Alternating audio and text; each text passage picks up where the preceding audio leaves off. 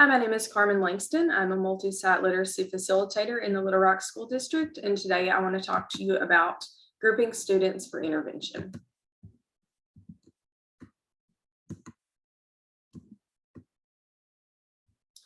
So here are our goals for today. We want to learn how to group students using the PASI or the PSI. Other data that you might use could be the DSA. We are going to learn to use the last two guiding PLC questions to plan for instruction and intervention, how to make a schedule for intervention, what to do with each of your groups, and the importance of documentation and what that might look like. So we know that during the PLC process, we have 4 questions. Question 1, what do we want all students to know and be able to do? We answer that through our essential standards that we've already established. How will we know if they learn it? We will use our assessments or our common formative assessments that we've chosen. And then for the last 2 questions, these are the ones that we can address through small groups. How will we respond when some students do not learn? So this is going to be your opportunity to teach the things that students did not master during your whole group instruction. And finally, how will we extend the learning for students who are already proficient? Small groups are not just for students who are not on grade level. Small groups are for everybody so that everybody gets what they need. So 2 of the assessments that we use in the Little Rock School District now are the PASI and the PSI, and they do come with recording sheets where you can record everybody's score all on one sheet for your entire class. In order to look at what kind of gaps each student has, if you're using the PASI, you would want to go through and highlight any score where a student fell below the 80th percentile, or if you're using the PSI, anything below the 90th percentile. Then you'll start your instruction at the lowest skill that a particular student scored on within that group. So for example, if I have 5 students in my lowest achieving group, and one of those students still doesn't know letters and sounds, but all 4 of the other ones do, I'm still going to start with letters and sounds so that I'm hitting what that student needs. And of course, you want to group similar students. So this is kind of a little bit about what that would look like. If you're looking at your PASI recording sheet, it's going to look like this one over here on the left. You're going to put your student names, put their scores going across. That way you can start to compare who can master what skill and who did not master certain skills and begin to group students accordingly. Or you may be using the PSI, which looks like the one over here on the right. And then of course, your GSA also has a class reporting sheet that you can look at and see what students mastered as far as their 5, 4, 3, 2, or 1 scores within their stages. So once you have all of your scores written down, like I said, on the PASI, you want to highlight any score that is less than 80%. And on the PSI, highlight any score that is less than 90%. Then you want to group similar students together. You want about 5 students per group. Then begin instruction at the lowest level. So you'll decide where to start with each group based on what kind of skills that they had mastered or not mastered. And then begin your instruction at the lowest skill level for that student in each group. So before we can instruct, we really have to plan and make a schedule. So as far as literacy minutes in your day, you have a time for what we call in Little Rock DVR time. It can also be called a small group time, intervention time. One of my schools calls it Genius Hour. So your school may have its own special name for it, but essentially it's the time in the day where you, the teacher, the classroom teacher, are meeting with small groups of students.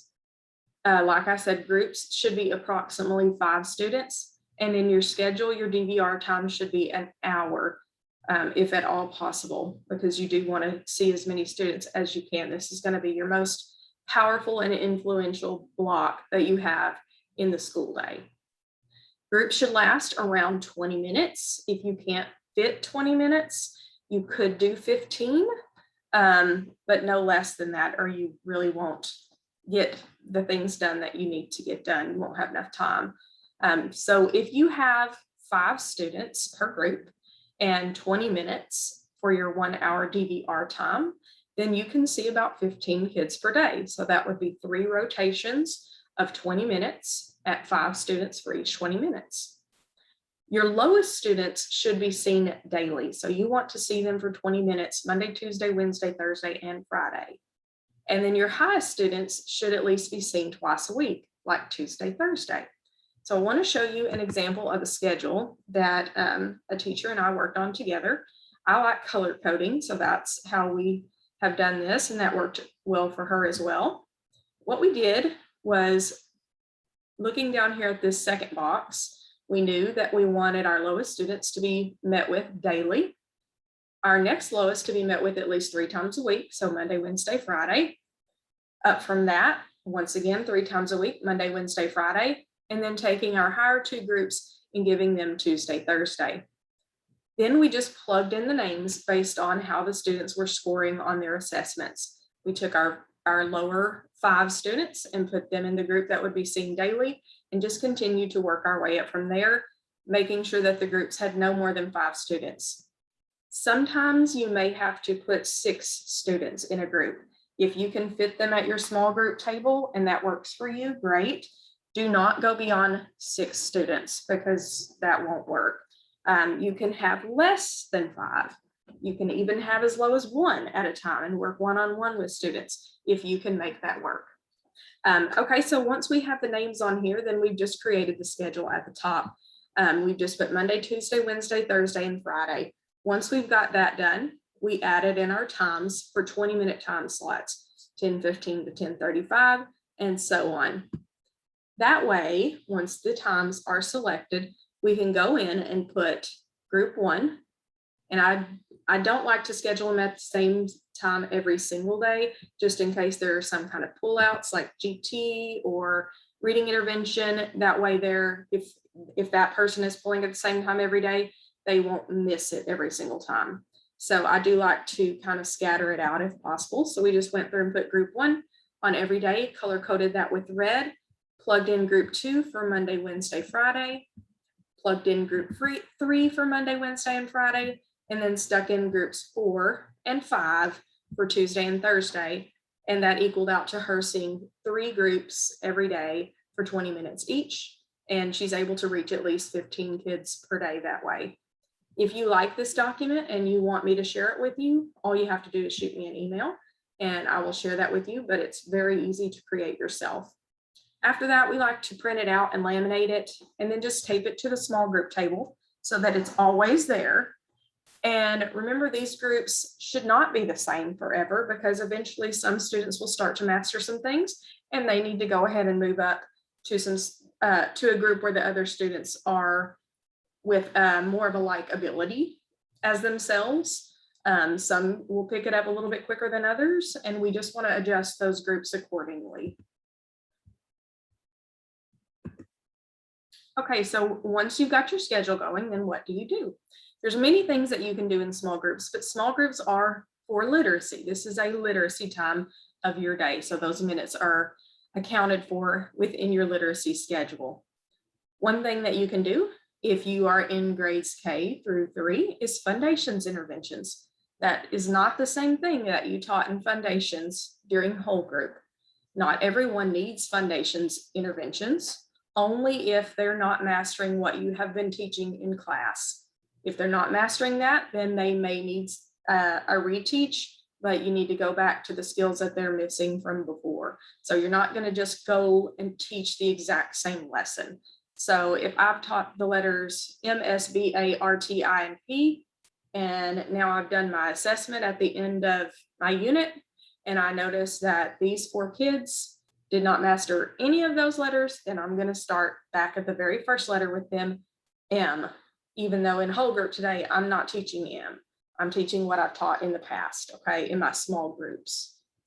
If you are in grades 4 and 5, you will be doing just words. Again, just like foundations, not everybody needs just words. Just words are for those students who are not on grade level for reading or are not keeping up in the words lessons that you're delivering. For students who are on grade level and do not need foundations or just words, you can be doing reading groups. I know that we have told you all that guided reading is something that we no longer do, and that is still true. However, having kids at your small group table, putting a book in their hands and allowing them to read with you there, coaching them through some decoding strategies, and you being able to listen to them read, and them physically having to decode and use the strategies that we teach them in just words and phonations, that's what we want you to be doing. So the book room is not off limits. Please do use the book room. Go in there and grab some things that you think kids would be interested in, and go ahead and sit your 5 little kids, your 6 little kids at your table and let them read to you, or let them read the same way you would have in the past if you did teach in the past with reading groups or with guided reading, the same way. The only thing that's different is we're not using the types of decoding prompts that we would have in the past. For example, we're not saying, look at the picture to decode the word. We're not saying, get your mouth ready for the first sound. Now we're using the decoding strategies that we are teaching in Foundations. For example, tapping or finding the vowel and scooping the syllables. Those are the types of things that you want to say to children when they come to a word that they cannot read, or when they come to a word that they don't know. What are we going to do? We can tap it, we can scoop it, and they can still use context clues as well, especially if you're doing something like geodes, because when you're reading geodes, you are using your knowledge that you've learned in Wit and Wisdom to decode some of the unknown words that they will encounter in those books. So you can still do reading groups, and we would like for you to. For our kindergarten friends, you are going to start with phonemic awareness probably up until December. Those are the types of interventions that you'll be doing, since students really haven't been taught all of their letters and sounds yet. If they are not necessarily ready to be learning letters and sounds, and they still need phonemic awareness activities, that's the type of things you'll intervene on. But everyone can do some phonemic awareness in their small groups. It's a great way to begin the group, to do like a little 1 to 5 minute drill with phonemic awareness skills before you get into a book, or before you get into a Foundations or a Just Words lesson. In addition, some of the schools have bought the 95% group intervention resources. That's something you can be doing. Writing, you can never work in enough writing. We really don't have enough writing in our current curriculums. So reading a book and then doing some writing on day 2 is an excellent thing to choose for small groups. You probably have a lot of things that you may have purchased, like from Lakeshore or from any of the teacher supply places that go in centers. Those are something that you can use in a small group. That way you're actually teaching with it. And then once you're finished with that, that goes over into one of your literacy centers that your students can work with. And now they know how to use it because they've done it with you at least once. Let's see. And then other interventions that sometimes we will drop in the Schoology groups, like the elementary literacy Schoology group, or on the curriculum maps, there are some intervention ideas there as well, under the foundational map. And then once you are working with your students, you do want to progress monitor, and that can be done during their intervention block as well. For your at-risk students, you want to progress monitor them at least bi-monthly or every other week.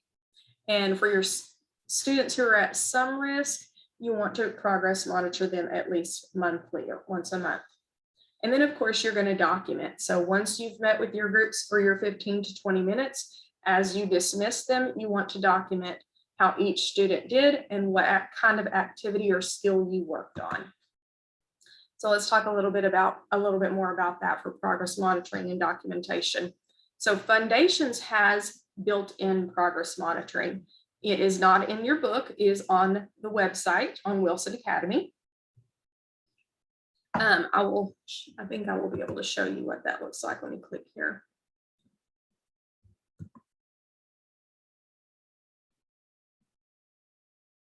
So once you're in here, you want to go into the targeted instruction resources, and the progress monitoring probes are within that section based on your grade level. So you can use those when you need to progress monitor whatever types of skills that they should have mastered at this point. especially for letters and sounds. Those things are on there. It looks a whole lot like Dibbles did from the past, so you may like that.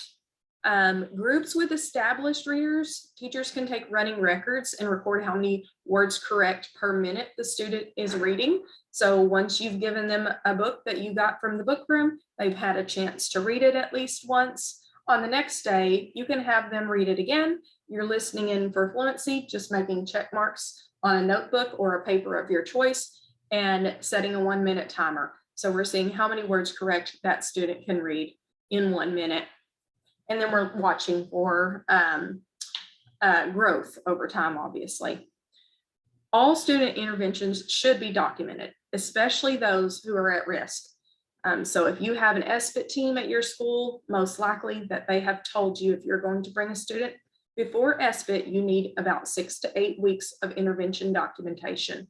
You don't need to just take a student to SBIT because something is wrong with it without any interventions happening. And we do need some kind of documentation showing that they have been happening and also how they've been going. This is one that I like to use. I'll show to you. It's just exactly like a calendar for the most part.